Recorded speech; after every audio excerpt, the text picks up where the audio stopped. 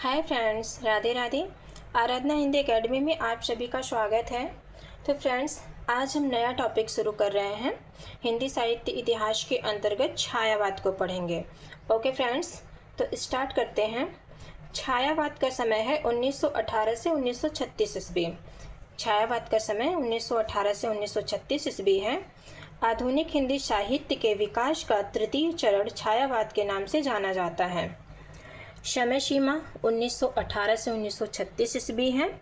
1918 से झरना के प्रकाशन से आरंभ होता है और 1936 में पंत की रचना युगांत के प्रकाशन एवं 1936 के प्रगतिशील लेखक संघ प्रथम अधिवेशन से समापन होता है। छायावाद का झरना से प्रकाशन होता है। 1918 में झरना का प्रकाशन वर्ष है, यहाँ से छायावाद का आरंभ होता है और सुमित्रानंद पंत की रचना है युगांत। युगांत से छायावाद का अंतिम होता है। ओके फ्रेंड्स, आगे देखेंगे।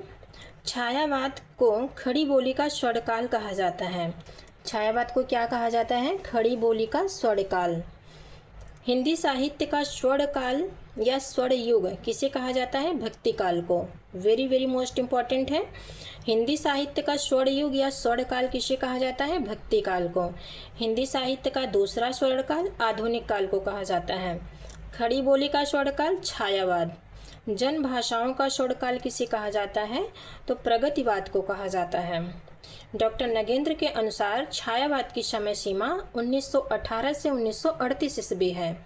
नंद दुलारी वाजपेयी के अनुसार छायावाद का समय सीमा जो है 1920 से 1936 ईस्वी है। छायावाद शब्द की प्रथम प्रयोक्ता कौन है? मुकुटधर पांडे। छायावाद शब्द की प्रथम प्रयोक्ता मुकुटधर पांडे हैं। 1920 ईस्वी में श्री शारदा पत्रिका में प्रकाशित। श्री शारदा पत्रिका जो है, यह पत्रिका जबलपुर से प्रकाशित होती थी। शारदा पत्रिका जबलपुर से प्रकाशित होती थी। छायावाद शब्द के द्वितीय प्रयोक्ता सुशील कुमार। मोस्ट इम्पॉर्टेंट है दोनों लाइन। छायावाद के प्रथम प्रयोक्ता पूछे तो मुकुटधर पांडे को बताना है। छायावाद शब्द के द्वितीय प्रयोक्ता तो सुशील कुमार। 1921 ईस्वी सरस्वती पत्रिका में प्रकाशित है। छायावाद के उदय के कारण मोस्ट इम्पॉर्टेंट है। आचार्य रामचंद्र शुक्ल के अनुसार पाश्चात्य प्रतीकवाद का प्रभाव एवं द्विवेदी जी की मान्यताओं के प्रति प्रतिक्रिया। आचार्य हजारी प्रसाद द्विवेदी के अनुसार अंग्रेजी साहित्य का प्रभाव, ये छायावाद के उदय के कारण हैं।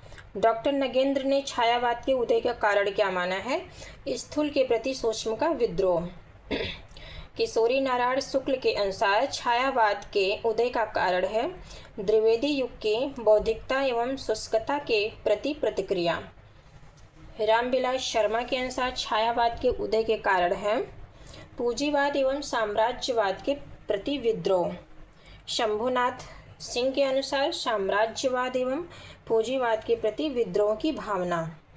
जयशंकर प्रसाद के अनुसार छायावाद के उदय के कारण है कवियों की अंतर्मुखी प्रवृत्ति। महादेवी वर्मा के अनुसार छायावाद के उदय के कारण है बांग्ला साहित्य की प्रेरणा। सुमित्रानंद पंत के अनुसार छायावाद के उदय के कारण है रविंद्रनाथ टैगोर का प्रभाव एवं स्थूल के प्रति विद्रोह। छायावाद के उदय के कारणों के संबंध में विद्वानों के मत देखेंगे।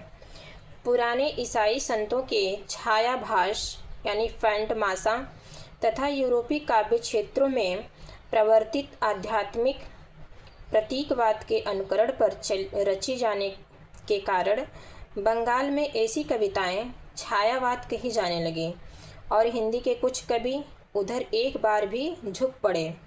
आचार्य रामचंद्र शुक्ल का कथन है। द्वितीय उत्थान यानी द्विवेदी युग में काव्य की नूतन परंपरा का अनेक विषय स्पर्शी प्रसार अवश्य हुआ, पर द्विवेदी जी के प्रभाव से एक ओर भाषा की सफाई आई, दूसरी ओर उसका स्वरूप गद्यवत रूखा, इतिवृत्तात्मक और अधिकतर बाह्यार्थ निरूपण हो गया। अतः इस तृतीय उत्थान में जो परिवर्तन हुआ और पीछे छायावाद कहलाया, वह इस द्वितीय उत्थान की कविता के विरुद्ध कहा जा सकता है। ये भी आचार्य रामचंद्र शुक्ल का कथन है। अगला कथन देखेंगे। सारांश यह है कि स्थूल के प्रति सूक्ष्म का विद्रोह ही छायावाद का आधार है। स्थूल शब्द बड़ा व्यापक है। इसकी परिधि में सभी प्रकार के बाह्य रंग रूप रूढ़ियाँ आदि सन्निहित हैं और इसके प्रति विद्रोह का अर्थ है उपयोगितावाद। उपयोगितावाद के प्रति भावुकता का विद्रोह। सुमित्रानंद पंत का कथन है। छायावाद भारत के नए पूंजीवाद अभ्युदय के साथ उत्पन्न हुआ। अपने सांस्कृतिक रूप में उसने सामंती परंपराओं का विरोध किया। रामविलास शर्मा का कथन है। कविंद्र के युग में जो महान प्रेरणा हिंदी काव्य साहित्य को मिली वह वास्तव में छायावाद के रूप में विकसित हुई। सुमित्रानंद पंत का कथन है। यह छायावाद सामंतवाद और छायावाद सामंतवाद और साम्राज्यवाद के विरुद्ध उठते हुए पूंजीवाद का विद्रोह था। डॉक्टर शंभुनाथ सिंह का कथन है। आगे देखेंगे। अंग्रेजी अमलदारी के साथ इस देश में अंग्रेजी साहित्य पढ़ाया जाने लगा। उसी के फलस्वरूप इस देश के कवियों में भी व्यक्तिक स्वाधीनता का जोर बढ़ता गया। इंग्लैंड में यह हवा वहाँ के भीतरी जीवन का परिणाम थी, जबकि इस देश में यह विदेशी संसर्ग और अन्य कारणों का फल था। हजारी प्रसाद द्विवेदी का कथन है। द्विवेदी युग की कविता इतनी गहरी ना हो सके कि हृदय को छू लेती। इस प्रकार बौद्धिकता, आलोचनात्मक प्रवृत्ति, विश्लेषण, बाह्यार्थ निरूपण, भावात्मकता और गहरी संवेदनशीलता का प्रभाव द्विवेदी युग के इन सब प्रवृत्तियों का अतिशय छायावाद के आरंभ और प्रवर्तन का कारण बना। केसरी नारायण शुक्ल का कथन है। अगला कथन देखेंगे। फ्रेंड्स, हमने कथन ज़्यादा लिया है क्योंकि कथन ज़्यादा पूछे जाते हैं। मेरी समझ में नई शैली की कविताओं में भाव नहीं अपितु भावों की छाया मात्र है। मेरी समझ में नई शैली की कविताओं में भाव नहीं अपितु भावों की छाया मात्र है, जिन्हें पकड़कर हृदयंगम करने में पाठकों को कठिनाई होती है। इसी छायावादिता से मैंने छायावाद शब्द बनाया है। ये मुकुटधर पांडे का कथन है, मोस्ट इम्पॉर्टेंट है। छायावाद से लोगों का क्या मतलब है? छायावाद से लोगों का क्या मतलब है, कुछ समझ में नहीं आता। शायद उनका मतलब किसी कविता के भावों की छाया यदि कहीं अन्यत्र जाकर पड़े तो उसे छायावाद कहना चाहिए। महावीर प्रसाद द्विवेदी का कथन है। छायावाद के मूल में पाश्चात्य रहस्यवादी भावना अवश्य थी। इस रहस्यवादी की मूल प्रेरणा अंग्रेजी की रोमांटिक भावधारा की कविता से प्राप्त हुई थी। हजारी प्रसाद द्विवेदी का कथन है। छायावाद शब्द का प्रयोग रहस्यवाद तक ही न रहकर काव्य की शैली के संबंध में भी प्रतीकवाद के अर्थ में होने लगा। आचार्य रामचंद्र शुक्ल का कथन है, वेरी मोस्ट इम्पॉर्टेंट है। अगला कथन है। छायावाद शब्द का प्रयोग दो अर्थों में समझना चाहिए। छायावाद शब्द का प्रयोग दो अर्थों में समझना चाहिए। एक तो रहस्यवाद के अर्थ में, जहाँ उसका संबंध काव्य वस्तु से होता है, अर्थात जहाँ कवि उस अज्ञात और अनंत प्रियतम को आलंबन बनाकर अत्यंत चित्रमयी भाषा में प्रेम की अनेक प्रकार से वंचना करता है। छायावाद शब्द का दूसरा प्रयोग शैली या पद्धति विशेष के व्यापक अर्थ में है। आचार्य रामचंद्र शुक्ल का कथन है। अगला कथन है फ्रेंड्स। छायावाद का सामान्यतः अर्थ हुआ प्रस्तुत के स्थान पर उसकी वंजना करने वाली छाया के रूप में अप्रस्तुत कथन। ये भी आचार्य रामचंद्र शुक्ल का कथन है। अन्योक्ति पद्धति का आलंबन भी छायावाद का एक विशेष लक्षण है। आचार्य रामचंद्र शुक्ल का कथन है। छायावाद स्थूल के प्रति सूक्ष्म का विद्रोह है। डॉक्टर नगेंद्र का कथन है, वेरी मोस्ट इम्पॉर्टेंट है। और अगर यही पूछा जाता है छायावाद स्थूल के प्रति सूक्ष्म का विद्रोह नहीं है, तो वो रामविलास शर्मा का कथन हो जाएगा। ओके फ्रेंड्स, मानव अथवा प्रकृति के सूक्ष्म किंतु व्यक्त सौंदर्य में आध्यात्मिक छायाभान मेरे विचार से छायावाद की एक सर्वमान्य मान्यता हो सकती है। नंद दुलारी वाजपेयी।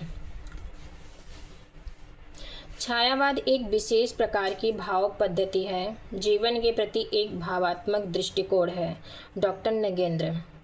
छायावाद रहस्यवाद का एक अंग तो है, पर्याय नहीं। छायावाद की कविता प्रधानता श्रृंगारिक है, सुमित्रानंद पंत का कथन है। छायावाद वस्तुवाद एवं रहस्यवाद के बीच की कड़ी है।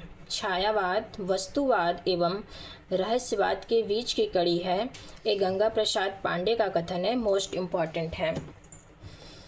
अगला कथन है, जब वेदना के आधार पर काव्य में स्वानुभूति व्यक्त होने लगी, जब वेदना के आधार पर काव्य में स्वानुभूति व्यक्त होने लगी, तब हिंदी में इसे छायावाद के नाम से ही अभिहित किया गया।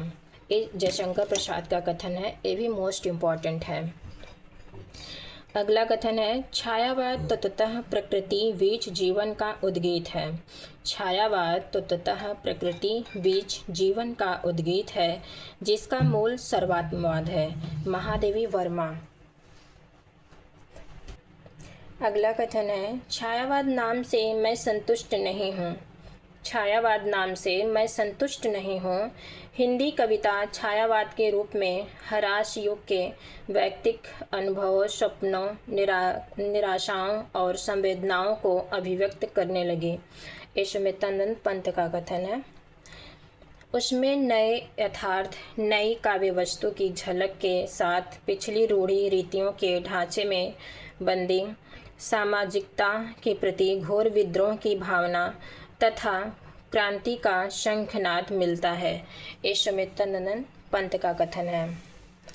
अगला कथन है, उसके मतलब छायावाद के जन्म से पूर्व कविता के बंधन चरम सीमा तक पहुंच चुके थे और सृष्टि के बाह्य आकार पर इतना अधिक लिखा जा चुका था कि मनुष्य का हृदय अपनी अभिव्यक्ति के लिए रो उठा। स्वच्छंद छंद में चित्रित उन मानव अनुभूतियों का नाम छाया उपयुक्त ही था और मुझे तो आज भी उपयुक्त लगता है। ये महादेवी वर्मा का कथन है। अगला कथन है, छायावाद मूलतः शक्ति काव्य है। छायावाद मूलतः शक्ति काव्य है, पुनर्जागरण चेतना का व्यापक और सूक्ष्म रूप। रामस्वरूप चतुर्वेदी। जब आत्मा की छाया परमात्मा में तथा परमात्मा की छाया आत्मा में पड़ने लगती है, तब छायावाद की सृष्टि होती है।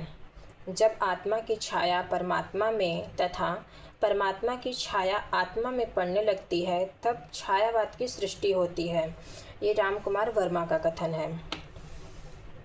अगला कथन है, छायावाद उस राष्ट्रीय जागरण की अभिव्यक्ति है जो एक ओर पुरानी रूढ़ियों से मुक्ति चाहता था और दूसरी ओर विदेशी पराधीनता से। ये डॉक्टर नामवर सिंह का कथन है।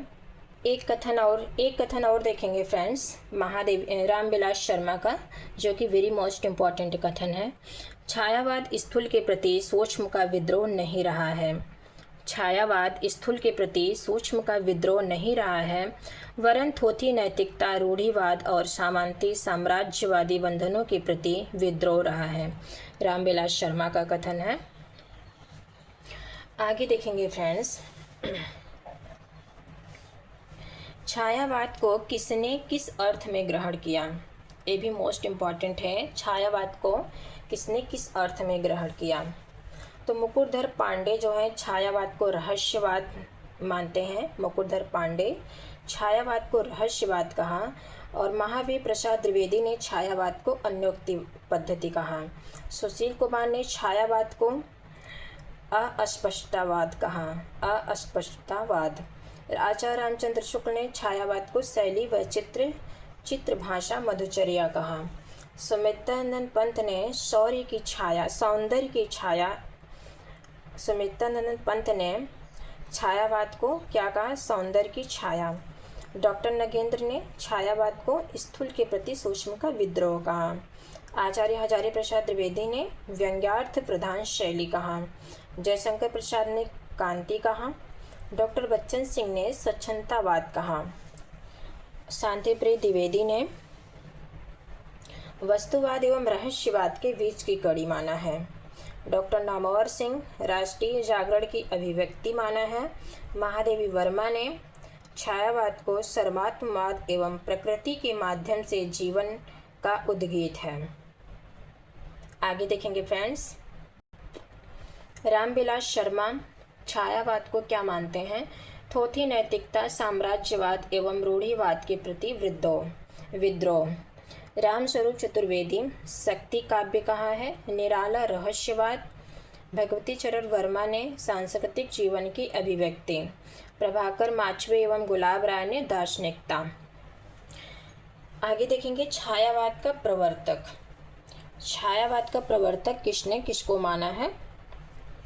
आचार्य रामचंद्र शुक्ल के अनुसार छायावाद के प्रवर्तक हैं मुकुटधर पांडे और मैथिली शरण गुप्त। आचार्य रामचंद्र शुक्ल के अनुसार छायावाद के प्रवर्तक मुकुटधर पांडे हैं और मैथिली शरण गुप्त हैं।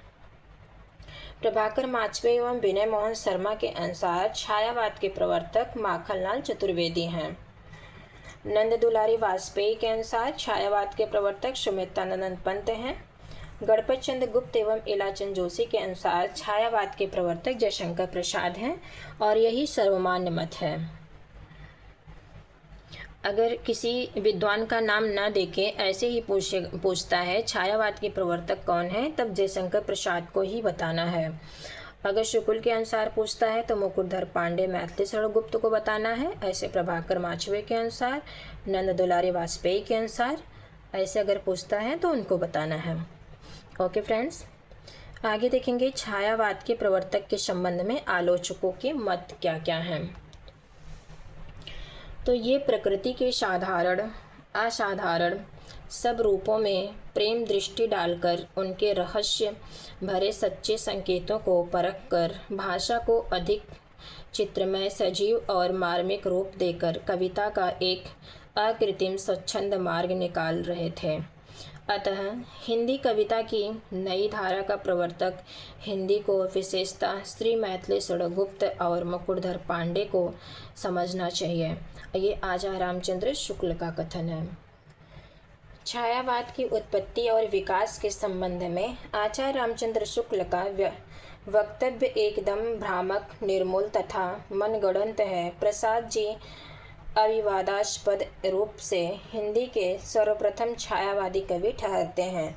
इलाचंद जोशी का कथन है, साहित्यिक दृष्टि से छायावादी काव्य शैली का वास्तविक अभ्युदय 1920 ईस्वी के पूर्व सुमित्रानंद पंत की उच्छ्वास नामक की काव्य पुस्तिका के साथ माना जा सकता है।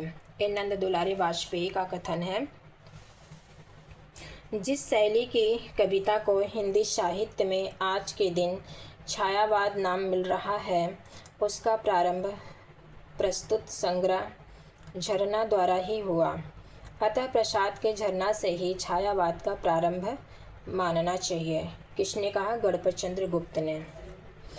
अब फ्रेंड्स देखेंगे छायावाद के 4 स्तंभ, जो कि वेरी मोस्ट इम्पॉर्टेंट है। छायावाद के 4 स्तंभ जो हैं, कृष्णदेव झारी के अनुसार जयशंकर प्रसाद को छायावाद का ब्रह्मा कहा जाता है। जयशंकर प्रसाद को छायावाद का ब्रह्मा कहा जाता है। सुमित्रानंद पंत को छायावाद का विष्णु कहा जाता है। सूर्यकांत त्रिपाठी निराला को छायावाद का महेश कहा जाता है। महादेवी वर्मा को छायावाद की शक्ति या दुर्गा कहा जाता है। एक बार फ्रेंड्स फिर से रिपीट कर देंगे। जयशंकर प्रसाद को क्या कहा जाता है? छायावाद का ब्रह्मा। सुमित्रानंद पंत को छायावाद का विष्णु। सूर्यकांत त्रिपाठी निराला महेश। महादेवी वर्मा को छायावाद की शक्ति या दुर्गा। छायावाद की विहत्रयी के अंतर्गत कौन कौन से कवि आते हैं? तो प्रसाद, पंत, निराला। छायावाद की विहत्रयी के अंतर्गत जयशंकर प्रसाद, सूर्यकांत त्रिपाठी निराला और सुमित्रानंद पंत। छायावाद की लघुत्रयी के अंतर्गत तीनों वर्मा आते हैं, छायावाद की लघुत्रयी के अंतर्गत तीनों वर्मा आते हैं, जैसे महादेवी वर्मा, रामकुमार वर्मा, भगवती चरण वर्मा।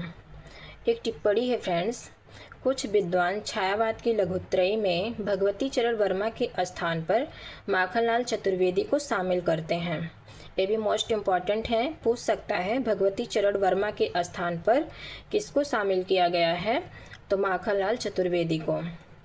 छायावाद के आधार स्तंभों के दार्शनिक मत कौन कौन से हैं? छायावाद के जो 4 आधार स्तंभ हैं उनके दार्शनिक मत देख लेते हैं। जयशंकर प्रसाद शैव दर्शन या आनंदवाद या समरसतावाद। सुमित्रानंद पंत जो हैं अरविंद दर्शन से प्रभावित हैं। सुमित्रानंद पंत अरविंद दर्शन से प्रभावित हैं। महादेवी वर्मा बौद्ध दर्शन से प्रभावित हैं। सूर्यकांत त्रिपाठी निराला जो है वेदांत एवं अद्वैतवादी दर्शन से प्रभावित हैं। तो फ्रेंड्स आज के लिए इतना ही, और अभी छायावाद बहुत लंबा है, नेक्स्ट वीडियो में फिर हम मिलते हैं। मेरी वीडियो कैसी लगी आप लोग कमेंट के माध्यम से ज़रूर बताना फ्रेंड्स।